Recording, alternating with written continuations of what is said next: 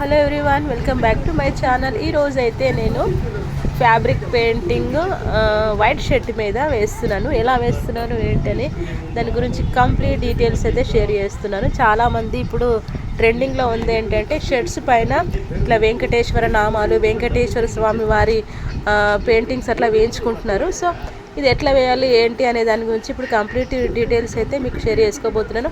Please ending వరకు చూడండి. And interesting topic కూడా నేను ఇందులో యాడ్ చేస్తున్నాను. మీరు ఎండింగ్ వరకు చూడండి.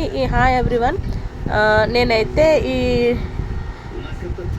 ఈ షర్ట్ అనేది నేను మీషోలో తీసుకున్నాను. మా అర్హాన్ బాబుది నెక్స్ట్ మంత్ తిరుపతికి వెళ్తున్నారు. సో తిరుపతిలో దర్శనానికి వెళ్ళేటప్పుడు ఈ షర్ట్ వేసుకోవాలని చెప్పేసి నేను వెంకటేశ్వర స్వామి వారి నామాలు అండ్ ఇంకొంచెం ఎక్స్ట్రా కూడా ఇంకొక పెయింట్ కూడా వేయబోతున్నా. దాని గురించి పార్ట్ 2లో చెప్తా.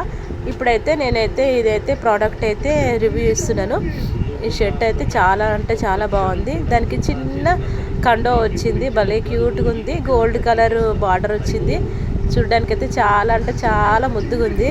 మా హరాన్ బాబుకి అయితే ఇంకెంత బాగుంటుందో. నాకైతే చాలా అబ్బాయి ఎప్పుడు వేసుకుంటాడా అని చూడాలంది. కానీ అంతకన్నా ముందు నేను ఎంత బాగా వేస్తానా నాకు అది చాలా క్యూరియాసిటీ ఉందనమాట. ఇంకా షర్ట్ ఇదైతే కండువ అయితే చాలా బాగుంది. తర్వాత పంచ కూడా చాలా మంచిగా ఉంది. చూడడానికి అయితే క్యూట్గా ఉంది. కానీ మా అర్హాన్ బాబు హైట్ ఎక్కువ, ఎంతవరకు వస్తుందో చూడాలి. కానీ బ్యాక్ ఫ్రంట్ అంతా మంచిగా ఉంది. ఇది అని ఏమో నాకు దీనికి తెలియదు, ఎటు ఫ్రంట్ ఎటు బ్యాక్ కూడా అర్థం కాలేదు నాకు. కానీ ఏదో అట్లా పట్టుకొని అయితే చూపిస్తున్నా. బాగుంది. ఎలాస్టిక్ కూడా మంచి స్ట్రాంగ్ వచ్చింది. అండ్ షర్ట్ అయితే నేను ఎట్లయితే ఎక్స్పెక్ట్ చేసినో అట్లనే వచ్చింది. ఎలాంటి హంగు ఆర్బాటం లేకుండా చాలా నీట్గా, అండ్ క్లాత్ కూడా చాలా స్మూత్గా ఉందన్నమాట. నాకైతే చూస్తుంటేనే క్లాత్ మస్తు అనిపించింది. ఇంకా దీని మీద ఎట్లాంటి ప్రయోగాలు చేస్తారా అని చెబితే నాకైతే ఉంది. ఇంకా వెంటనే ఇంకా స్టార్ట్ చేద్దాం మనం ఫ్యాబ్రిక్ పెయింటింగ్. కానీ నేను వ్యూవర్స్కి ఒకటి చెప్పాలనుకుంటున్నాను. నేను ముందు మంచి డ్రాయింగ్స్ కానీ ఆర్ట్స్ అని ఇట్లా అన్నిటికీ మీతో షేర్ చేసుకోవాలనుకుంటున్నాను. ముందైతే మనం వెంకటేశ్వర స్వామికి సంబంధించిన నామాలను మనం ఏదైతే డ్రా చేయాలనుకుంటున్నామో అది ఇట్లా ఫస్ట్ పెన్సిల్తో అయితే గీసుకోవాలి. గీసుకున్న తర్వాత నేను గోల్డ్ కలర్ యూజ్ చేస్తున్నాను. ఎందుకంటే శంఖము చక్రానికి గోల్డ్ కలర్తో అటాచ్ చేసి ఉంటుంది కాబట్టి, గోల్డ్తో ఉంటుంది కాబట్టి అందుకే ముందు గోల్డ్ కలర్ అయితే తీసుకున్నాను. ఫస్ట్ కంప్లీట్గా గోల్డ్ వేస్తున్నాను. ఎప్పుడైనా సరే మనము ఏదైనా పెయింటింగ్ క్లాస్ పైన వేసినప్పుడు ఏంటంటే చాలా జాగ్రత్తగా వేయాలి. అంటే డ్రాప్స్ లాగా పడిపోయినా అది అక్కడ చాలా అంటే చూడడానికి చాలా బాగుండదు. సో అందుకని చెప్పేసి మెల్లగా చాలా కేర్ఫుల్గా వేయాలి. ఇది క్లాత్ చాలా స్మూత్గా ఉంది కాబట్టి మంచిగా ఊరికనే మెల్ట్ అవుతుంది. కొన్ని క్లాత్స్ ఎట్లా అంటే చాలా డిఫికల్ట్ ఉంటాయి. అవి వేస్తుంటేనే ఇంకా మెల్ట్ అయిపోయి చాలా ఇబ్బంది పెడుతుంటాయి. లైక్ సిల్క్, జార్జెట్ అట్లాంటి వాటితో వేసేటప్పుడు చాలా జాగ్రత్త తీసుకోవాలి. ఇది ఏంటంటే కాటన్, ప్యూర్ కాటన్తో ఉంది. సో ఇట్లా వేస్తుంటే కూడా మంచిగా మెల్ట్ అవుతుంది. ఇప్పుడు సైడ్లకి చిన్న డాట్స్ లాగా పెట్టుకున్నాను శంకు చక్రాలకి. ఎందుకంటే సైడ్కి ఇట్లా అది వాటి ఏమంటారో అవి ధ్వజాల్లాగా ఉంటాయి కదా, చిన్న బుటాస్ లాగా వస్తాయి కదా, వాటికి కోసమని. ఇంకా ఇదేమో వెంకటేశ్వర స్వామి నామాల కింద ఇట్లా లైక్ చిన్న స్టెప్ లాగా ఉంటుంది కదా, అదైతే వేసుకున్నా. మొత్తం అన్నిటికీ ఇంకా గోల్డ్ కలర్ వేసుకున్నా. తర్వాత వైట్ కలర్ తీసుకున్నాను. శంఖం వైట్ కలర్లో ఉంటుంది కాబట్టి వైట్ కలర్ అయితే తీసుకున్నా. చాలా ఈజీ ప్రాసెస్లోనే వేస్తున్నా. చాలామంది కూడా అడిగారు శంఖ చక్రాలు వేయాలంటే ఎట్లుంటుందో ఎట్లా వేస్తారో అని అనుకుంటారు. కానీ ఇది వేసే పద్ధతి కూడా చాలా ఈజీగానే ఉంటుంది. కాకపోతే ఏంటంటే కొంచెం పేషెన్స్ చాలా అవసరం. సో ఇట్లా అయితే తర్వాత నామాలకు కూడా వేస్తున్నాను. వెంకటేశ్వర స్వామి నామాలకు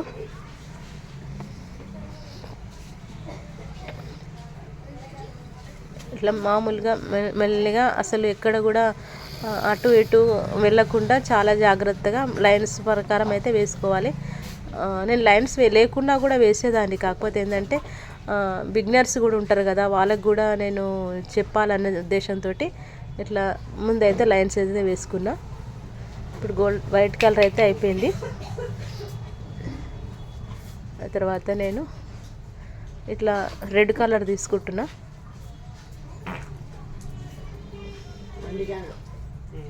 రెడ్ కలర్ ఫస్ట్ బ్లూ తీసుకున్నాను. బ్లూతో ఏంటంటే శంఖానికి ఇట్లా అంటే హైలైట్స్ ఉండాలి కదా, అంటే అవుట్లైన్ ఉన్నది. శంఖానికి ఇట్లా రౌండ్గా తిరిగేది, వాటి పక్కన ఇట్లా శంఖ నామాలకు ఉంటాయి కదా, వాటన్నిటిని ఇట్లా బ్లూ తోటి కవర్ చేస్తున్నాను. విత్ షేడ్ లైట్గా షేడ్ చేస్తున్నాను, ఎందుకంటే నేను వేసుకుంది చాలా తక్కువ ప్లేస్లో కాబట్టి ఎక్కువ బాగుండదని చెప్పేసి ఇంకా లైట్గా ఇట్లా మెల్ట్ కూడా చేసిన. ఇప్పుడైతే శంఖం అయితే రెడీ అయిపోయింది. నేను ఇంకొక డౌట్ ఏంటంటే, చాలామంది అంటుంటారు ఇప్పుడు ఫ్యాబ్రిక్ పెయింటింగ్ వేసేటప్పుడు రింగ్ వాడతారు అంటే, ఎందుకంటే స్టిఫ్గా ఉంటుంది అనుకో క్లాత్ అనేది, వేసేటప్పుడు చాలా ఈజీగా అవుతుంది అనమాట. ఎక్కడ కూడా ఇంకా బట్ట అనేది అటు ఇటు జరిగింది అనుకో క్లాత్, అప్పుడు వేసే డిజైన్ కూడా అదే రకరకాలుగా అయిపోతుంటుంది. అందుకని చెప్పేసి స్టిఫ్నెస్కి అయితే అదైతే ఖచ్చితంగా అవైతే యూజ్ చేయాలి. అండ్ ఇంకో విషయం ఏంటంటే, నేనైతే ఇది చిన్న షర్ట్ కాబట్టి అండ్ అది ఎక్కువగా కదలట్లేదు కాబట్టి దీని కింద ఒక అట్టది బోర్డు పెట్టుకున్నాను, ఎందుకంటే క్లాత్కు ఎక్కడ అంటకుండా.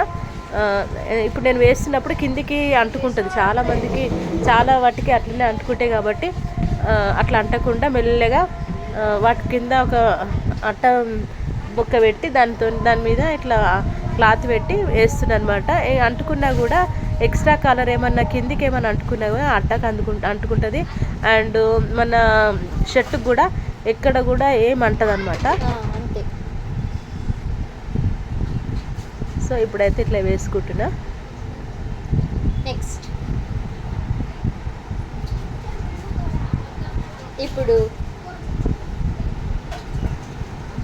ఇప్పుడైతే ఇంకా నామాలకు కూడా శంఖచక్ర నామాల కింద ఉన్నటువంటి ఈ స్టెప్పుకి మళ్ళీ చక్రంలో ఉన్నటువంటి అందులో డిజైన్ వేస్తున్నాను. ఎక్కువ ఏమేయట్లేదు, చాలా సింపుల్గా మొత్తం ఎవరైనా ఈజీగా వేసేలాగా నేను సింపుల్గా వేస్తున్నాను. ఇంకోటి, దీని లోపల కొంతమంది వేస్తుంటే కరెక్ట్ షేప్లో రావు. అట్లాంటప్పుడు ఏం చేయాలంటే, ఫస్ట్ ప్లస్ సింబల్లా వేసుకోవాలన్నమాట. తర్వాత ఇంటూ సింబల్లా వేసుకోవాలంట. అట్లా వేసుకుంటే ఈ డిజైన్ చాలా ఈజీగా వచ్చేస్తుంది, చాలా మంచిగా ఉంటుంది అనమాట. ఎక్కడ కూడా అంటే కొంచెం కూడా అక్కడ ఇక్కడ వెళ్ళకుండా చాలా నీట్గా వస్తుంది. ఆ తర్వాత శంఖానికి అయితే వేసుకుంటున్నా. ఫ్యాబ్రిక్ పెయింటింగ్ వేయడం అంటే అదో బ్రహ్మ విద్య ఏం కాదు. కాకపోతే ఏంటంటే కొంచెం పేషెన్సీ, కొంచెం ఆర్ట్ మీద ఇంట్రెస్ట్ ఉండి అండ్ వేయాలని ఇంట్రెస్ట్ ఉండి అండ్ దాని తగ్గట్టుగా ప్రాక్టీస్ చేయాలి. ఏది విషయం ఏమైనా మనం ఏ విషయంలో అయినా ప్రాక్టీస్ అనేది చాలా ఇంపార్టెంట్. మనం ఎలాంటి బొమ్మ వేసినా కానీ ఏం వేసినా కానీ మనం ఎంత ఎక్కువ ప్రాక్టీస్ అయితే చేస్తామో అవుట్పుట్ అంత అందంగా వస్తుంది అనమాట. చాలామంది అంటుంటారు ప్రాక్టీస్ చేయకుండా ఇట్లా ఈజీగా వచ్చేయాలని, కానీ ఈజీగా వచ్చేది ఏది మనది కాదు. మనం కష్టపడి నేర్చుకుని చేసిందే మనది అవుతుంది అనమాట. సో ఇప్పుడైతే ఇట్లయితే కంప్లీట్ అయిపోయింది. తర్వాత నామాలకి ఇస్తా. అబ్బా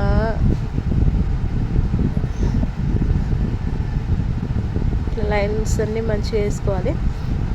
తర్వాత ఇంకా నామాలకు కూడా అవుట్లైన్ రెడ్ కలర్తోనే వేస్తున్నా. కొన్ని సందర్భాల్లో మనం అవుట్లైన్ వేయకున్నా పర్లేదు కొన్నిటికి, కానీ కొన్నిటికి మాత్రం ఖచ్చితంగా అవుట్లైన్ అయితే వేయాలి. అట్లా వేస్తే వాటి అందం రెట్టింపు అవుతుంది అండ్ క్లారిటీగా కూడా మనకు డీటెయిల్డింగ్గా కూడా కనబడుతుంది అనమాట. సో ఇప్పుడైతే నామం అయితే వేసుకుంటున్నా. ఇదండి ఈరోజైతే నేను fabric painting on white shirt మీద వేస్తున్నాను. ఇంకా దీని పక్కన ఇంకొక పెయింటింగ్ వేస్తా. ఇదైతే పార్ట్ 1 వెంకటేశ్వర స్వామి నామాలు. ఇంకొకటి పార్ట్ 2లో మీకు చూపిస్తాను. నేను వెంకటేశ్వర స్వామిని వేద్దామా, నెమలి పింఛన్ వేద్దామా అని అయితే చాలా క్యూరియాసిటీతో ఉన్నా. అది కూడా వేసి చూపిస్తాను మీకు పార్ట్ 2లో. Thank you so much. నా వీడియోస్ ఇలాగే చూస్తూ ఉండండి.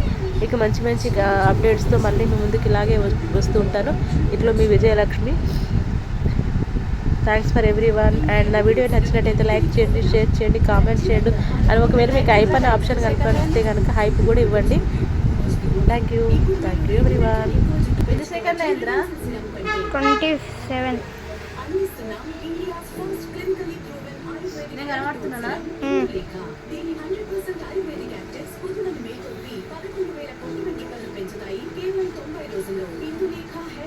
ఎంతవరకు వచ్చిందిరా? 43, 45, 50, 50. స్టార్ట్ చేసి